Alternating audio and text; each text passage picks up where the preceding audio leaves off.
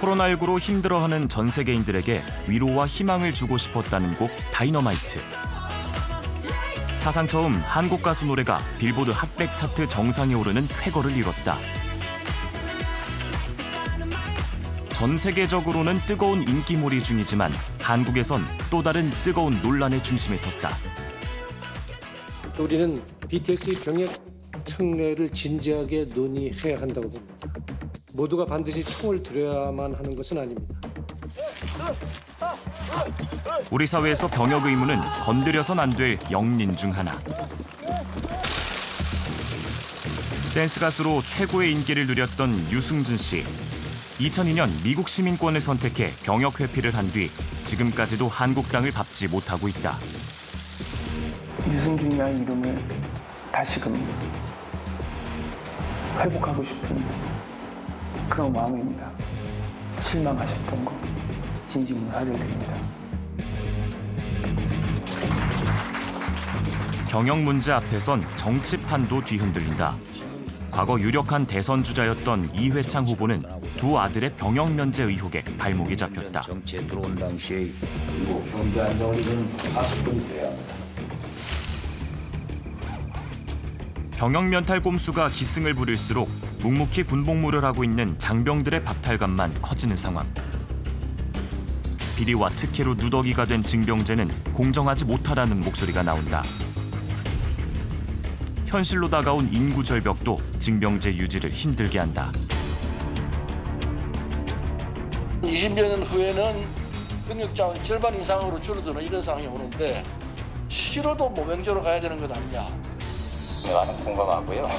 앞으로 10년 내지 15년 후에는 어떤 이러한 문제에 부딪히게 됩니다. 앞으로 단기적인 대책, 중기적인 대책, 중장기 측면에서 병역 제도가 전반적으로 검토되지 않나 이렇게 생각합니다.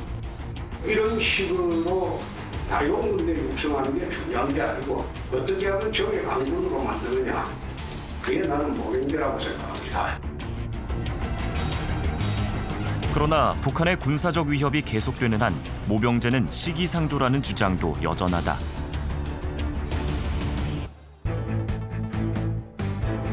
휴전선 코앞에 100만 대군으로 무장한 병력이 있는 한 모병제 논의는 섣부르다는 것.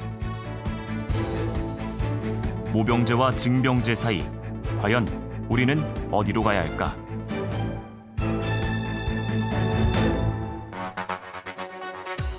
안녕하십니까. 우리 사회의 첨예한 쟁점들을 정면으로 다뤄보는 시사기획창 특집 다큐톡입니다.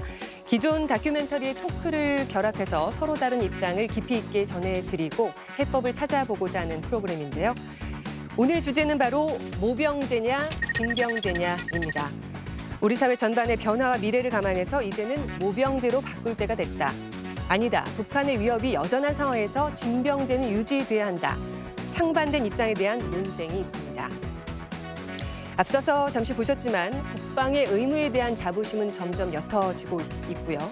군대를 가냐 안 가냐의 문제를 놓고 우리 사회가 갈등의 소용돌이 속으로 빠져들곤 합니다. 현실적으로 과거와는 완전히 달라진 현대전 양상과 인구 감소 문제를 봐서라도 어떻게 해서든지 이 병역제도에 대한 변화는 필요하다는 목소리가 커지고 있습니다. 시사기획창 특집 다큐톡, 우리나라 국민이라면 누구나 얽혀있는 병역 문제. 지금부터 깊이 있게 다뤄보도록 하겠습니다.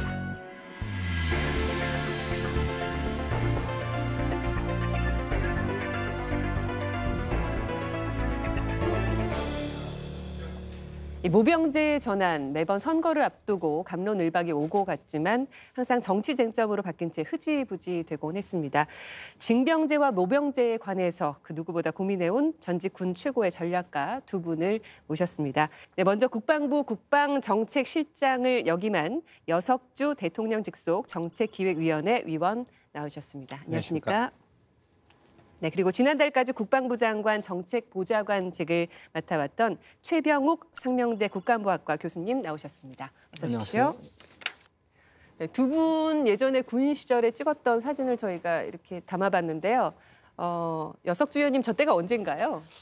저게 제가 86년에 해군사관학교 졸업하고 해병대 소위의 인간 이후에 88년에 미해병대 콘티코에 있는 그 장교양성 과정에 유학을 했습니다. 당시 군사 유학 시절에 찍은 사진입니다. 네.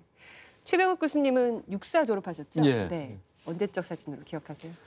저기 생도 3학년 때네요. 생도 3학년 때 제주도를 3학년 전체가 갔어요. 그래서 한라산에 올랐던 사진인데 그때 비가 많이 왔었거든요.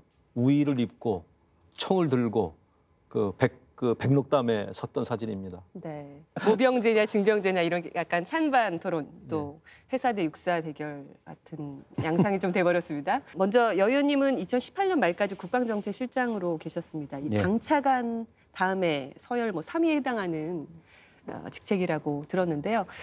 당시에 모병제 전환에 대한 검토는 없었습니까? 그 전에 그 서열 3위는 전혀 근거 없는 이야기라고 말씀드리고 그 모병제를 검토하지는 않았지만 이번 정부 들어서 이제 국방개혁 2.0을 수립하면서 모병제가 주는 장점을 우리 기존의 징병제에 접목시키기 위한 조치를 여러 군데에서 했습니다. 최 교수님은 최근까지 국방부 장관 정책보좌관으로 계셨는데요.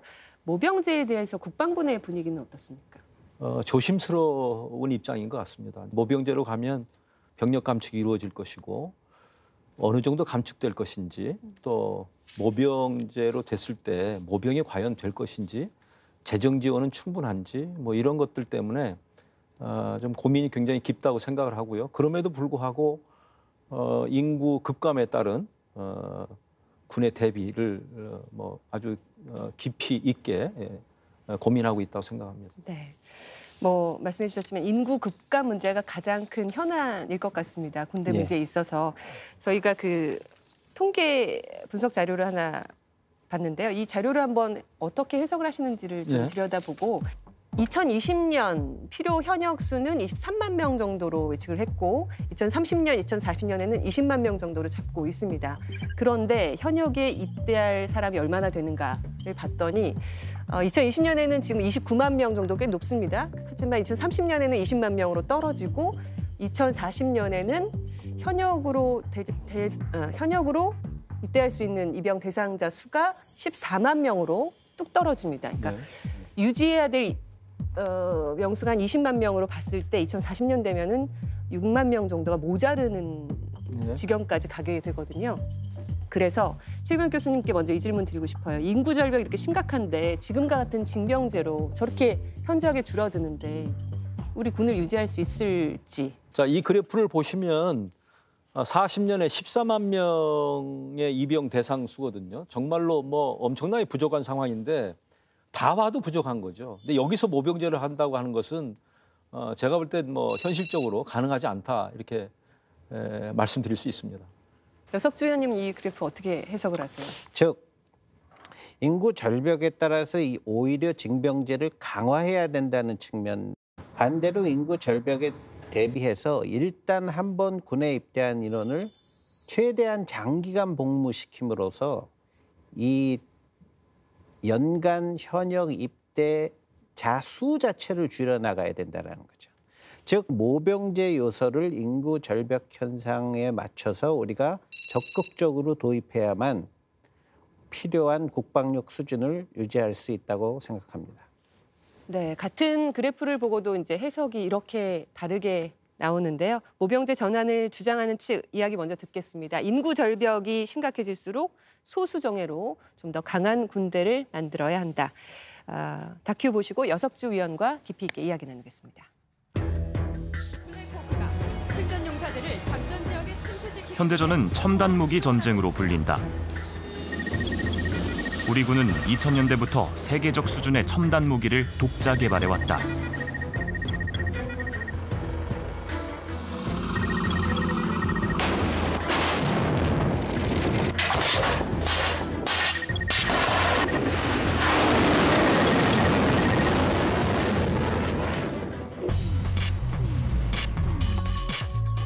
비대전 준비도 한창이다. 2030년까지 도입 예정인 인공지능 기반 전투체계 아미 타이거 4.0. 전투 장비들이 하나의 네트워크로 연결돼 실시간으로 정보를 수집하고 대응한다.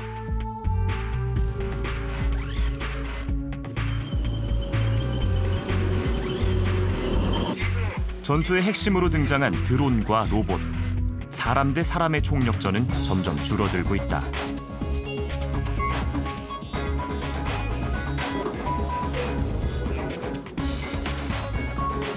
병사 개개인의 전투 체계도 강화된다. 방탄 헬멧과 생체 환경 센서 등 약 30여 종의 전투 장비. 영화 속에서나 보던 아이언맨이 현실화되는 것이다.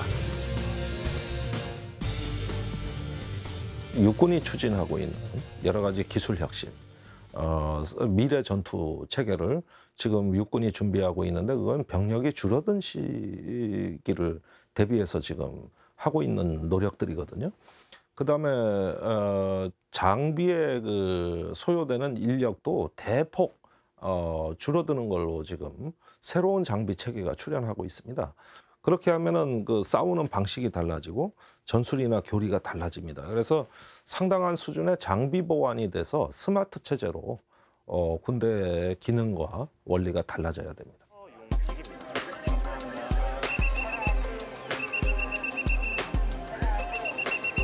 대한민국 남자들의 제2의 고향이라 불리는 논산 육군훈련소. 코로나19로 일상 곳곳이 멈췄지만 입소는 계속된다. 예비 훈련병들의 긴장도 여전하다. 밤 10시부터 한 새벽 2시 반까지 잤는데 그 새벽 2시 반부터 이제 출발하기 전까지는 잠이 아예 그냥 안 오더라고요. 안 오더라고요. 이병 장병 가족 여러분, 너무 걱정하지. 30년 전 훈련소 앞에서 긴장했던 청년은 이제는 아버지가 됐다. 본인은 지금 굉장히 두렵겠지만은 부모로서는 굉장히 뿌듯하고 이렇게 성장해서 군에 간다는 것이 너무 감사하고 그렇습니다. 신종 코로나19 관련 안내 말씀드리겠습니다. 변하지 않은 훈련소 앞 풍경이지만 입대 기간은 18개월로 줄었다. 너무 걱정하지 마십시오. 저희는 2년 6개월. 저희 때 보면 짧았다고 생각을 하는데 이제 세대가 많이 바뀌었으니까 얘네들이 생각하기에는 이제는 길다고 느낄 수도 있겠죠. 그게. 무기와 전투 체계가 점점 첨단화되는 동안 이를 운용할 장병들의 복무 기간은 점점 줄어들고 있는 것. 군대에선 임무를 배우고 익힐 시간이 필요하다. 육군의 경우 최소 16개월에서 최대 21개월. 지금의 복무 기간이라면 임무를 배우자마자 또는 제대로 배우지도 못하고 제대하는 셈이다. 전 세계 국가들이 속속들이 징병제를 폐지하는 이유 중에 하나는 이제는 뭔가 고숙련의 어떤 전문성 있는 전사들이 하나의 어떤 높은 직업 정신으로 결집해야 군대가 유지되고 효율성이 높아진다는 새로운 인식이 있기 때문입니다. 미국은 수준이 낮은 병사를 훈련시켜서 수준이 높게 써먹는다면 우리는 수준이 높은 병사를 징집해가지고 아주 수준이 낮게 써먹는 이런 현상으로 귀결이 되다 보니까 결국은 선진군대를 따라갈 수가 없습니다. 전쟁 양상도 달라졌다. 한반도 전역에서 전투가 벌어졌던 한국전쟁. 남북한 군인과 민간인을 포함해 300만 명이 넘는 사상자가 발생했다.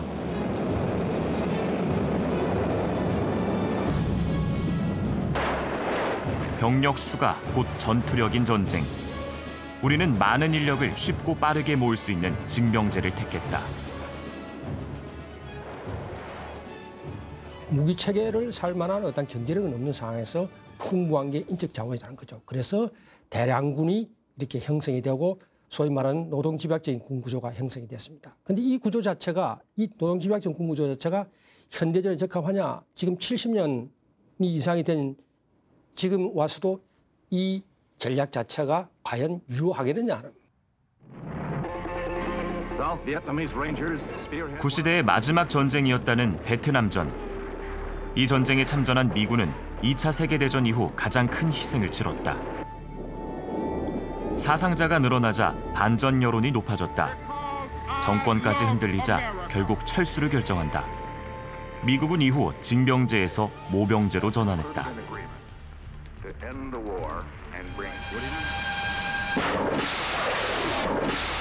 새로운 전쟁의 시작을 알린 2003년 이라크전.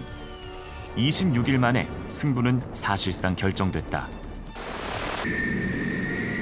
압도적인 전력으로 적의 심장부를 타격하고 초기의 승부를 보는 방식이었다. 수많은 희생을 담보로 하는 전쟁의 시대가 가고 현대전에선 최첨단 무기가 전면으로 부상했다. 미래의 전쟁의 양상이라는 것도 기계화와 자동화의 속도가 갈수록 빨라질 수밖에 없어요. 머릿수로 전쟁한다라고 하는 이거 이미 다른 나라들 많이 탈피했는데 우리는 여전히 거기에 좀 함몰되어 있는 것 같아서 좀 안타까운 생각이 드는 거죠.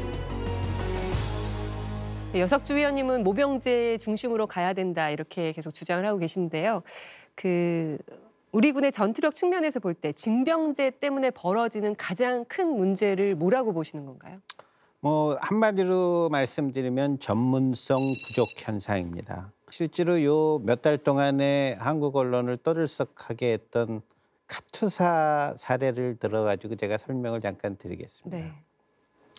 이제 주한미군 2사단에 전입 오는 한국 육군 2병과 미군 육군 2병을 비교해 보면 전입 오는 시점에 한국 육군 2병이 어떤 학력이나 성장 배경이나 어떤 인성적인 측면에서 미국 육군을 압도적으로 능가합니다. 아마 심지어 미국 대학 입시 시험인 SAT를 똑같이 봐도 한국 육군 2병이 더 점수가 높을 정도입니다. 공부 잘하는 사람들이 카투사 들어가죠. 예. 그리고 실제 임무 수행 면에 있어서도 한국 육군 2병 카투사들이 미국 육군에 결코 뒤지지 않습니다. 그런데 이것이 이제 군 생활을 좀 하고 상병 병장이 되는 시점이 되면 반전이 이루어집니다. 이제 카투사 병장은 저녁이 다가오면 바로 전역해서 유학 가기 위해서 토플 공부를 하거나 입사시험 공부를 하게 된단 말이에요. 반면에 미국 육군 병장은 하사로 진급하기 위해서 군사 교보문을 읽거나 진급 시험을 준비한다는 거죠. 바로 이러한 자세의 차이, 그다음에 누적된 숙달의 차이가 전문성의 격차로 나타나게 되고 이러한 것이 겹쳐서 결국은 전투력에 이 많은 차이를 가져오게 됩니다. 그래서 이 징병제 부대는 전 세계적으로 공통적인 현상인데 전문성 부족이 가장 대표적인 문제점입니다. 북한의 상비군 병력이 110만으로 지금 얘기를 합니다. 모병제로 전환하면 우리 병력은 한 30만 정도 이렇게 잡고 있던데요. 아무리 우리가 최첨단 장비로 전문성을 갖추고 숙련도를 갖추고 이렇게 준비를 하더라도 100만이 넘는 대군하고 맞설 수 있을까? 아무리 싸움 잘하는 사람도 5대1, 6대1 이렇게 붙으면은 이길 확률이 그렇게 높지는 않을 것 같은데요. 예, 만약 남북한 공군 전투기가 이 한반도 상공에서 교전하게 된다면 북한 전투기 조종사들은 자기가 왜 격추되었는지, 뭐에 맞았는지도 모르는 상태에서 남한 조종사의 모습도 못 보고 격추될 겁니다. 1999년도 있었던 연평해전, 제1차 연평해전을 비교해 보면 한국군과 북한군의 어떤 전력차가 쉽게 느껴지는데 당시 99년 1차 연평해전 때 남북한 해군 각각 10대 10, 10척의 함정이 교전했습니다. 결과는 다들 아시다시피 한국 해군의 압승으로 끝났습니다. 이게 지상 공간으로 들어와서 지상군에서 첨단 장비의 역할은 상대적으로 대한민국이 산악지형이고 아울러 천시, 음양한서나 이런 지형의 영향으로 효과가 다소 떨어지는 면은 있으나 이 부분 또한 국방개혁 2.0에서 그 육군 중심의 게임 체인저, 뭐 워리어 플랫폼이라든가 아미 타이거 등을 통해서 이를 극복하기 위한 노력을 계속 추진하고 있고 남북한의 그러한 첨단 장비의 격차는 시간이 흐를수록 더욱 벌어질 겁니다. 아까 산악지형 얘기도 하셨습니다만 산악지형이 많은 우리나라도 마찬가지고 북한도 굉장히 요새화돼 있기 때문에 그래도 보병이 어느 정도 받쳐줘야 된다. 징병제를 완전히 없애거나 지금의 징병제를 모병제 중심으로 전환한다는 거에는 반대하는 측에서 항상 주장하는 부분이거든요. 어떻게 보십니까? 즉 한반도의 산악지형이 어떤 산악지형이기 때문에 첨단 장비의 활용도가 떨어진다라는 논리에는 약간의 모순점이 있습니다.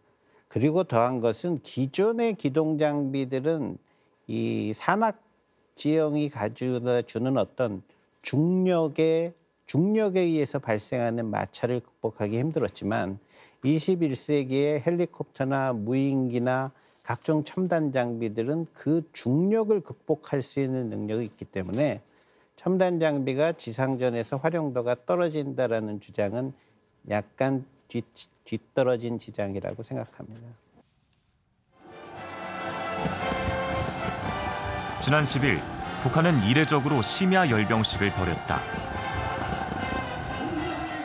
가장 눈길을 끈 건 미국 본토를 겨냥할 수 있는 신형 대륙간 탄도미사일 ICBM이었다.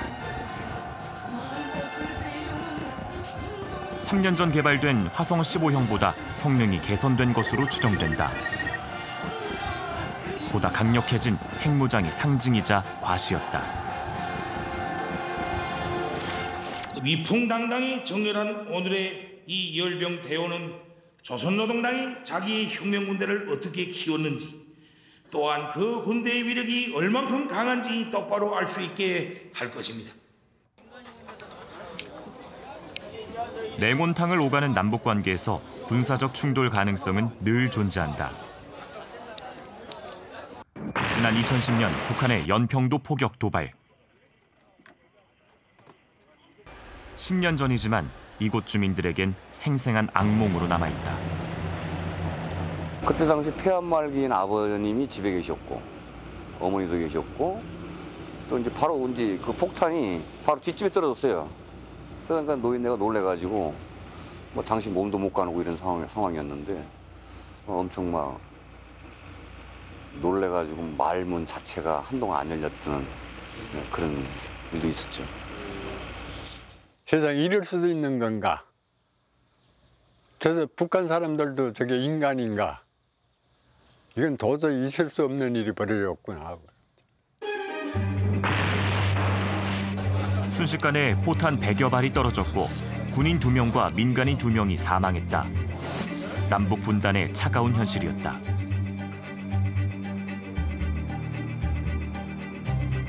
군사 분계선과 비무장지대 등에서의 우발적인 충돌 위험도 사라지지 않았다.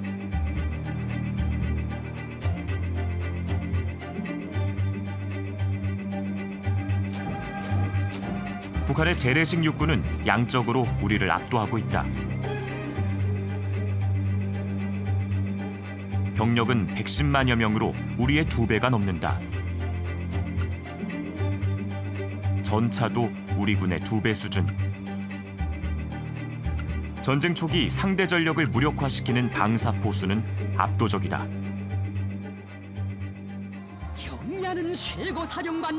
특히 북한 지상군의 약 70%는 비무장지대로부터 100km 이내에 배치된 것으로 알려져 있다. 대만 같은 경우에는 중국과 최소 100에서 200km 정도에는 대만 해협이 있습니다. 그러니까 바다라는 천연 장벽이 있는 거죠. 근데 반면에 우리나라는 북한의 대부분의 병력이 휴전선 인근에 몰려있기 때문에 북한이 마음만 먹고 시작을 하면은 어마어마한 병력이 밀고 내려올 수밖에 없습니다. 그러면은 그때는 정말 이제 병력밖에 믿을 게 없습니다. 2014년 러시아가 우크라이나 크림반도를 강제 병합했다. 러시아의 위협이 커지자 주변국들의 군사적 긴장도 높아졌다.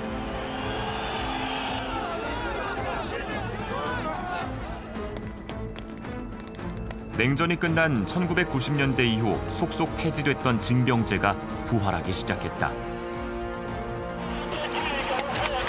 우크라이나와 리투아니아를 시작으로 노르웨이와 스웨덴이 다시 징병제로 전환했다. 우리나라의 안보 위협이 이보다 적다고 할 수 있을까? 모병제 전환에 우려의 목소리가 나오고 있다. 한국이 지금 현재 전쟁 상황이거든요. 지금 휴전 상태거든요. 전쟁 상황입니다. 그러면 현재 상황에서 적정 병력 수준은 어떤 수준이 그럼 가장 적정 병력일까요? 이런 논의가 있어야 되겠죠. 과연 전쟁이 다시 도래한다는 상황이 왔을 때, 그런 위기가 바로 지금 코앞에 면전에 닥쳤을 때 과연 다시 빠르게 그러면 전시 체제로 갈 수 있는가?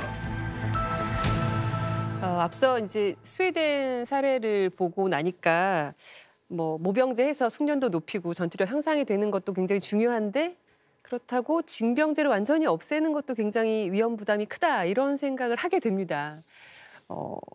미국이나 뭐 스웨덴 사례처럼 그러면 평시에는 모병제로 하고 뭐 전시나 위급한 상황에서는 징병제를 선택하는 이런 제도로 바꾸는 것도 안 될까요? 이 문제는 굉장히 현실적으로 전 접근해야 된다고 봅니다. 스웨덴 같은 경우는 충분히 뭐 그럴만해요. 그럴 수도 있고요. 초기에 모병제로 갔다가 전시에 이제 징병제를 해도 크게 문제는 없는 거죠. 근데 우리나라 현실 같은 경우는 정말 정심이 짧아요. 그래서 교전 초기가 저는 굉장히 중요하다고 봅니다. 옛날도 아니죠. 2017년도에 미 의회 조사국이 전쟁이 발생하면 어떤 상황이 벌어질까 연구한 보고서가 있는데, 보면 개전 초기죠. 교전 초기 며칠 만에 3만에서 30만이 사망한다, 이런 보고서가 있습니다. 근데 개전이 되면 북한은 경제력이 우리보다 월등하게 떨어지잖아요. 그죠? 50배가량 차이가 나기 때문에 단기 속결전에 승부를 걸 것이 분명합니다. 전선을 지키는 그런 그 병력들이 굉장히 중요하다고 생각을 합니다. 그러니까 모병제에서 징병제로, 전시 징병제로 바꾼다는 것이 이 시간적으로 굉장히 무리가 있는 거예요.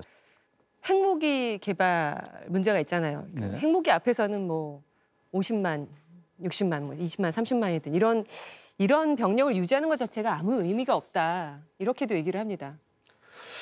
저는 핵무기가 있어도 재래식의 전쟁은 뭐 계속 일어난다고 생각을 합니다. 왜냐하면 핵무기를 갖고 있다는 자신감으로, 그 자신감을 바탕으로 재래식 전쟁을 얼마든지 일으킬 수 있는 거예요. 얼마 전에 그 5월 달인가 6월 달에 인도하고 중국 그 국경 지역이 있습니다. 히말라야 쪽에서. 두 나라 다 핵 보유국이에요. 핵 보유국임에도 불구하고 거기서 육박전이 벌어졌어요. 아주 재밌는 거죠. 핵 보유국이 히말라야 산맥에서 국경 지역에서 육박전을 했다고요. 병력 위주의 전쟁은 이미 지났어요. 과학기술 중심으로 가야 된다고 하는 것을 저는 뭐 너무도 잘 알고 있는데, 그럼에도 불구하고 조이스틱 가지고 뭐 공격하는 그 게임 같은 전쟁이 앞으로 전쟁을 지배할 것이다. 저는 그렇게 보지 않습니다. 시사기획창은 이번 다큐톡을 준비하면서 KBS 공영미디어연구소에 의뢰해서 여론조사를 실시했습니다. 먼저 모병제 도입에 대한 찬반 의견을 물었는데요. 찬성한다는 응답이 61.5%, 모병제 반대 의견이 28.8%로 나타났습니다. 찬성 의견이 2배 더 높았습니다. 모병제 도입에 찬성하는 이유를 물어봤습니다. 직업군인 모집으로 전문성이 높아져서 국방력이 강화된다, 32.9%, 인구 감소에 대비해 병력 구조 개편이 필요하다, 21.8% 순이었습니다.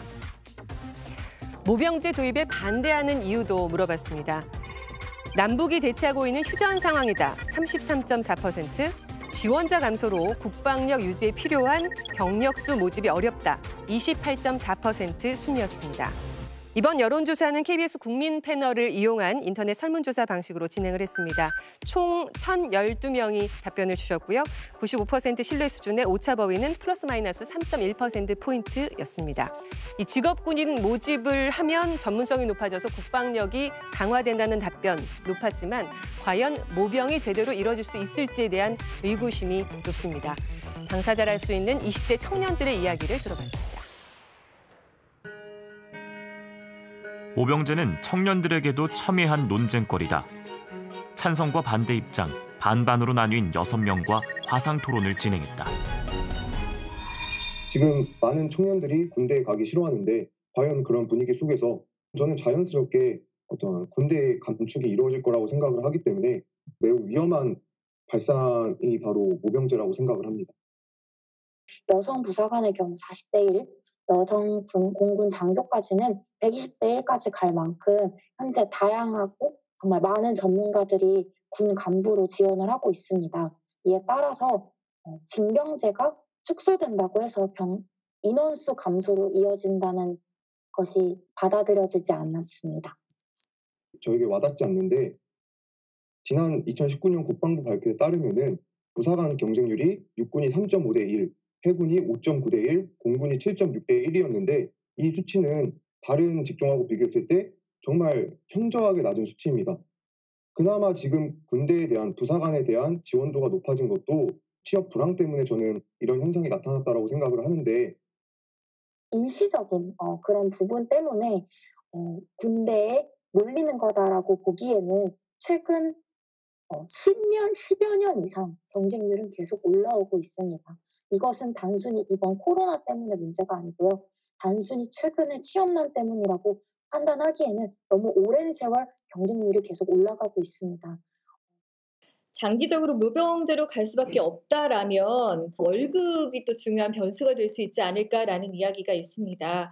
그러면 한 달 월급이 과연 얼마 정도나 돼야 지원할 거라고 보시나요? 만약 모병제로 전환이 되면 저도 한 300에서 400선 정도를 이제 월급으로 줘야 한다고 생각을 하고 일반 공무원들이 받는 것보다는 그래도 조금은 더 올려서 쳐줘야 되지 않나라고 생각을 하고 있습니다. 저도 한 300만 원 정도로는 생각을 하고 있는데 제가 다시 돌아가라고 한다면 저는 한 1,000만 원 줘야지 돌아갈 것 같습니다. 지금 현재 직업군인이 부사관이 200에서 250 정도 초봉, 장교가 250 정도 받는 것으로 이제 알고 있는데 이 월급 자체를 손보기보다는 수당을 조금 틈새 이제 넣어서 연간 생활비를 추가적으로 주는 것이 가장 시급하다고 생각합니다. 결국 지원자에게 사회적으로 또 현실적으로 어떤 대우를 해주느냐가 관건이 될 텐데요. 모병제를 실시할 경우 병사들의 초봉으로 그러면 적정한 금액은 얼마일까? 여론조사를 통해서 물어봤습니다. 월 200만 원 미만이 적정하다 의견 41.6%, 200에서 250만 원 미만이 적정하다 39.3%가 나왔습니다. 10명 중에 8명, 250만 원 미만의 급여가 적정하다는 의견이었습니다. 과연 이 정도의 급여면 모병에 문제가 없을까요? 네, 출발! 학생 20여 명이 연습에 열심이다. 특전부사관 체력시험을 준비하는 학생들이다. 달리기와 턱걸이 등 총 5개 항목. 합격을 위해 어느 것 하나 소홀할 수 없다. 제가 어릴 때부터 운동을 하다 보니까 이 체력을 어디다 좀 쓸 수 있나 해서 군인에 조금 관심을 가지게 되었던 것 같습니다. 해병 수색 때나 특전사가 이제 인간의 한계를 뛰어넘고 내 자신을 한번 증명해 볼 수 있고 그리고 그것으로 인해서 군 생활에 더욱더 가치를 느낄 수 있기 때문에 제가 지원하게 된 것 같습니다. 특전부사관은 현재 모병제 방식으로 선발된다. 지원자 중 필기와 체력시험 등을 통과한 인원만 입대할 수 있다. 복무기간 중엔 직업군인의 신분으로 월급과 각종 혜택을 받는다. 학생들을 가르치는 이종선 씨. 지난 2007년 특전부사관에 지원했다. 안정적인 월급이 가장 큰 이유였다. 기초생활 수급자로 어렸을 때부터 커오면서 좀 그래도 안정적인 직장이나 봉급 이런 거에 대한 생각을 굉장히 많이 좀 가지고 있는 편이었는데 동료나 이제 전후 이렇게 얘기를 들어보면 또 저처럼 비슷하게 이제 경제적인 이유로 들어온 친구들이 굉장히 많았었어요. 해외 파병까지 다녀올 만큼 군복무에 열심이었지만 의무 복무 기간 4년을 채운 뒤 전역을 택했다. 경제적인 부분은 만족했지만 그 그게 전부가 아니었다고 한다. 이게 제가 시간이 갈수록 회의감이 들었고 고민 끝에 장기 복무를 포기했다. 이거는 그냥 정말 저희가 천리행군. 왜냐면 사회에서 바라보는 군에 대한 인식이라든지 그리고 군대에서 이제 대하는 그런 처우나 환경 이런 것들이 사실은 굉장히 많이 열악한 편입니다. 장비들도 마찬가지고요. 그런 거 보면서 아, 내가 잘 할 수 있을까? 그리고 이거를 평생 내 직장으로 삼아서 할 수 있을까라는 그런 생각들이 가장 많이 들었고. 군대 안에 고질적인 악습이 없어지고 군인에 대한 사회적 존경이 뒷받침돼야만 직업으로서 군인이 뿌리낼 수 있다는 것이다.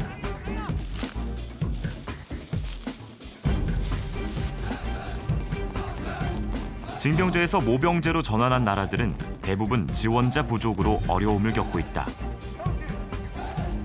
타이완은 2018년부터 모병제로 전환했다. 당초 목표보다 5년이 미뤄졌다.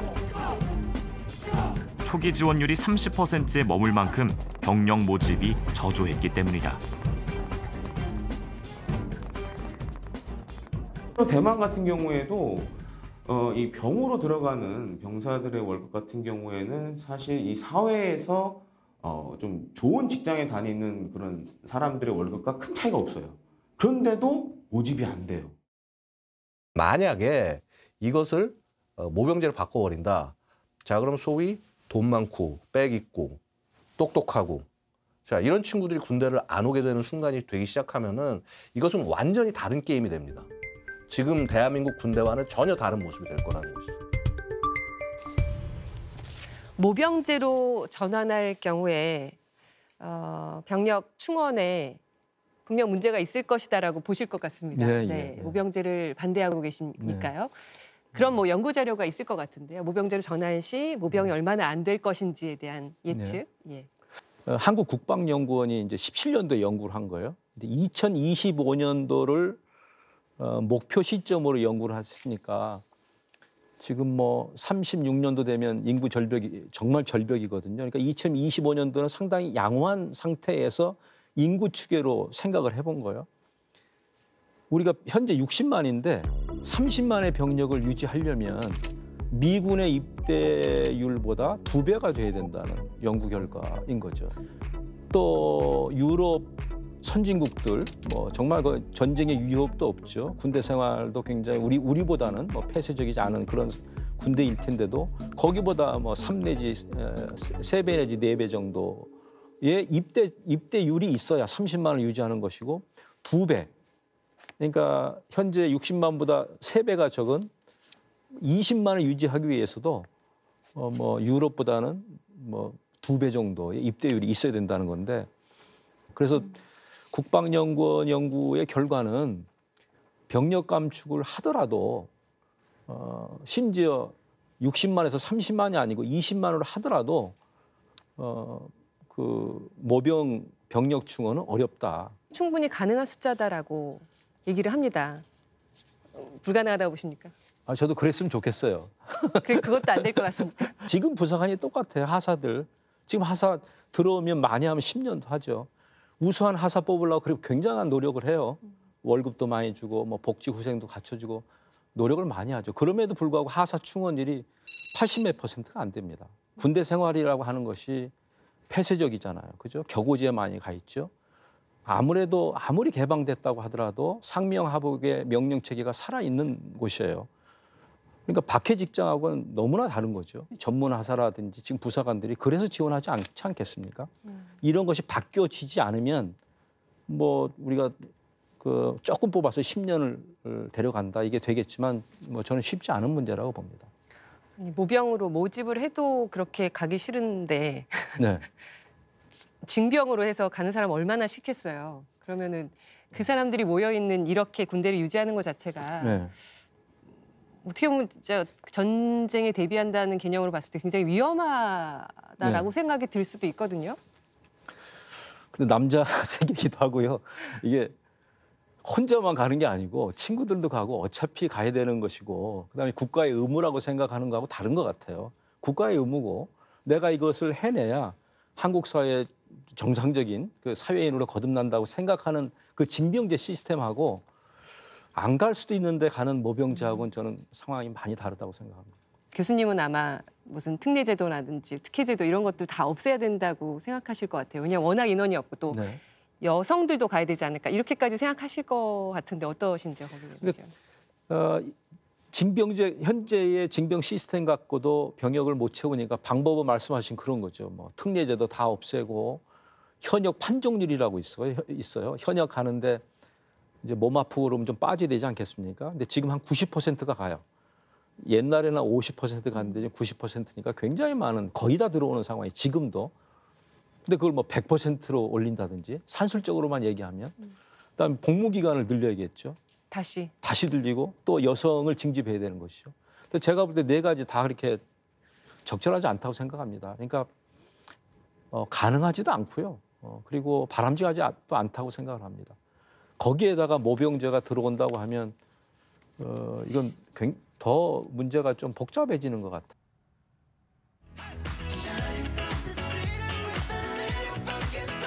방탄소년단의 병역 특혜 논란은 정치권을 중심으로 제기돼 왔다. 병역 특례 기준이 국위 선양과 국가적 이익이라면 두 가지 모두 빠지지 않는다는 것이다. 경제적 가치에 대한 구체적인 액수까지 언급됐다. 빌보드 차트 1위를 기록하면서 1조 7천억 원의 파급 효과를 단숨에 가져왔습니다. 한류 전파와 국위 선양의 가치는 추정조차 할 수가 없습니다. 이제 우리는 BTS의 병역 특례를 진지하게 논의해야 한다고 봅니다. 정치권에서 논란을 부추긴다는 비판 속에 함구령까지 내려봤지만 국민들께서 보시기에 편치 못하시고 BTS 본인들도 원하는 일이 아니니 이제는 서로 말을 아끼셨으면 합니다. 각 기관의 정책 및 현안에 대해 국정감사에서도 불씨는 꺼지지 않았다. 병역 특례 문제도 저는 전향적으로 검토할 필요가 있다고 보고요. 다만 그것은 또 저희 문체부만이 아니고 또 국방부나 병무청 등 관계 기관들하고도 또 국민들의 정서 이걸 고려를 해야 되는데 여러 가지 사회적 공감대가 많이 형성이 돼야 되는 건데 저희들 현재 판단으로는 병역 특례를 고려하고 있지는 않습니다. 이제 연기 이런 정도는 검토를 같이 해 나가는 것도 의미가 있다 이렇게 판단하고 있습니다.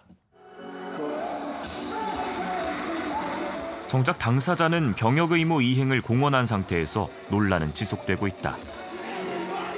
병역은 당연한 의무라고 생각을 하고 있고 나라의 부름이 있으면 언제든지 응할 예정입니다.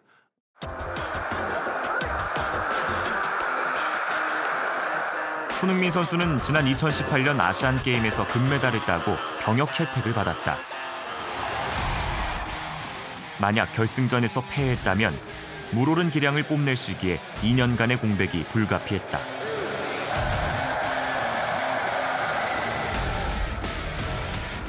병역 특례를 손에 쥔 손흥민 선수의 몸값은 천정부지로 뛰어올랐다. 최근에 BTS 논란에서 알 수 있는 것처럼 다른 방식을 통해서 국가와 국민에 기여할 수 있는 방법들도 많이 있는 거거든요. 그렇지 않습니까? 예. 그런 차원에서 볼 때 모병제로의 도입은 그런 그 재능을 갖고 있는 젊은이들이 다른 방식에서 국가와 공동체에 기여할 수 있는 길을 열어준다는 차원에서 그런 차원에서 볼 때 우리 국익에 도움이 되는 선택이 되겠죠. 창의력과 생산성이 가장 높다는 20대 시절. 징병제 아래에선 누구나 학업과 경력의 단절을 겪는다. 군 복무 기간만큼 사회 진출도 늦어진다. 연구요원이나 산업기능요원 등 대체 복무 제도를 운영하고 있지만 인구 절벽 앞에 이마저도 줄여야 하는 상황이다. 우리나라 청년들의 사회 진출 연령이 유럽보다 근 10년이 늦습니다. 국가적으로는 성장 동력이 안 나와요. 청년들 10년을 낭비시켰는데 결국은 뭐 대학에서 그 졸업장 따고 군대 제대하고 뭐하고 이러는 데서 다 그냥 저 시간 뺏겨버려 가지고 이미 30세가 돼서야 사회 진출한다는 얘기인데 어떻게 국가가 그 성장 동력을 만듭니까? 이런 그 사회 개혁을 해야 되는데 그 비결이 징병제 폐지예요. 그 군대 가는 앞뒤 시간을 다 절감시켜 주는 거예요. 그걸 통해 30세 전에 하루라도 빨리 1년이라도 일찍 사회에 진출해라. 이렇게 국가가 청년들을 지원하게 되면은 다 같이 승자가 될 수 있습니다. 모병제 전환 시 경제적 효과는 얼마나 될까? 지난해 11월 민주연구원 추산에 따르면 학업이나 경력 단절로 발생하는 기회비용은 최대 15조 7천억 원. 또한 모병제로 사병 18만 명을 감축하면 국내 총생산이 16조 5천억 원 증가한다고 분석했다. 과거에는 인력이 풍부하고 국가 경쟁력에 대한 개념이 좀 부족했기 때문에 국가 인적 자원의 효율적 활용이라는 그 개념 자체가 좀 부족하지 않았습니까? 그런데 지금 와서는 사회적 비용이 너무 커서 앞서 말씀드린 대로 징병제가 상대적으로 값싼 제도다라고 하는 것은 유효하지 않다는 겁니다.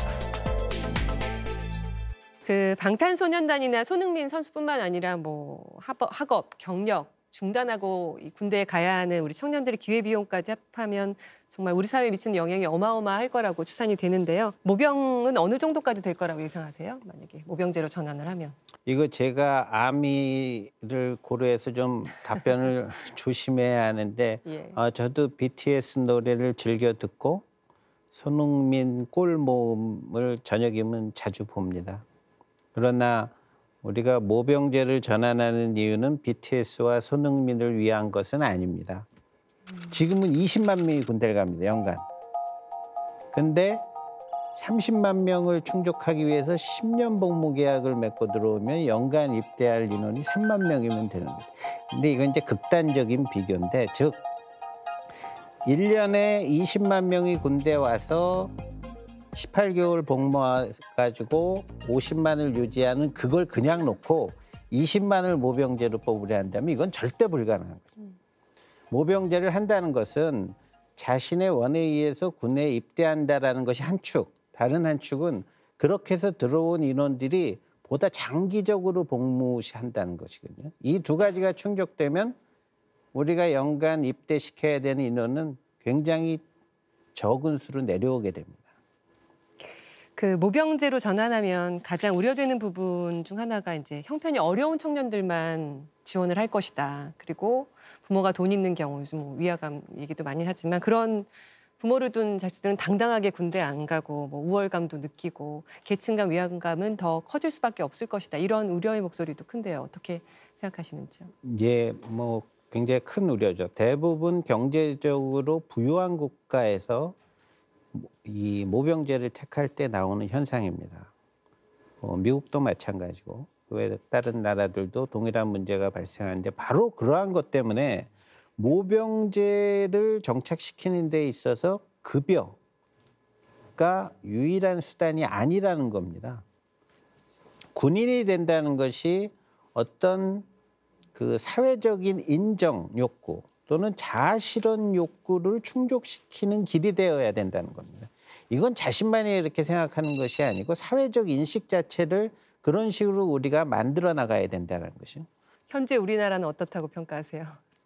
많은 사람들이 군대를 경험했기 때문에 본인이 군대 생활했을 때 억울한 일 또는 뭐 내가 건빵 한 봉 받아야 되는데 3분의 2밖에 안 받았던 기억, 뭐 행여나 이렇게 뭐 육체적으로 학대받았던 기억이 막 섞이면서 이 군의 어떤 직업군인들을 굉장히 폄하하는 시선, 이것이 동시에 존재한다는. 근데 건강하지는 못하죠. 그러면 모병제로 전환이 되면 지금 군대에서 느끼는 그런 문제들은 좀 없어질 것으로 보나요? 가고 싶은 군대가 가능해질 것이다. 좋은 일자리에 군대라는 게 가능할 것이다. 이렇게 보십니까? 모병제로 전환을 할 시. 저기 앞에 촬영하시는 분 중에 군대 갔다 온 남성들이 공통적으로 악몽 리스트가 있습니다. 악몽 리스트 1번이 또 군대 가는 거예요. 군대 2번 가는 것이 한국 남성의 가장 큰 트라우마인데 그런 트라우마가 있는데 가고 싶은 군대가 만들어지겠느냐. 저는 만들어지겠느냐가 아니라 우리가 21세기에 계속 대한민국을 부강한 국가로 만들기 위해서는 만들어야 된다고 생각합니다. 가고 싶은 군대, 본인이 가고 싶고 엄마가 보내고 싶은 군대 만들어야 된다고 봅니다.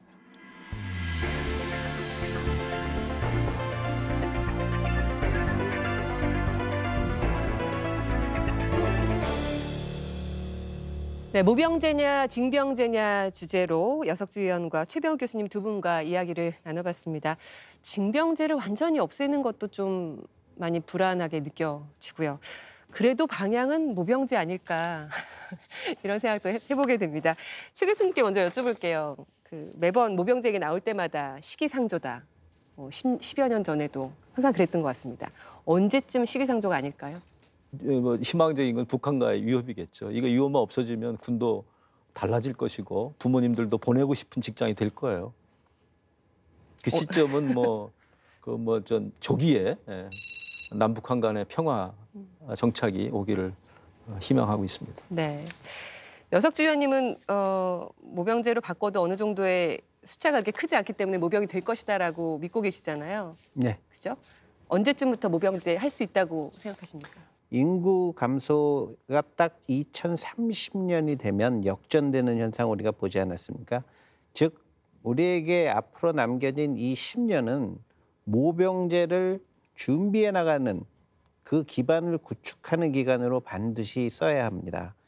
징병제를 기반으로 해서 얼마나 모병제적 요소를 적극적으로 도입하느냐가 한국군에게는 가장 시급한 숙제라고 생각합니다.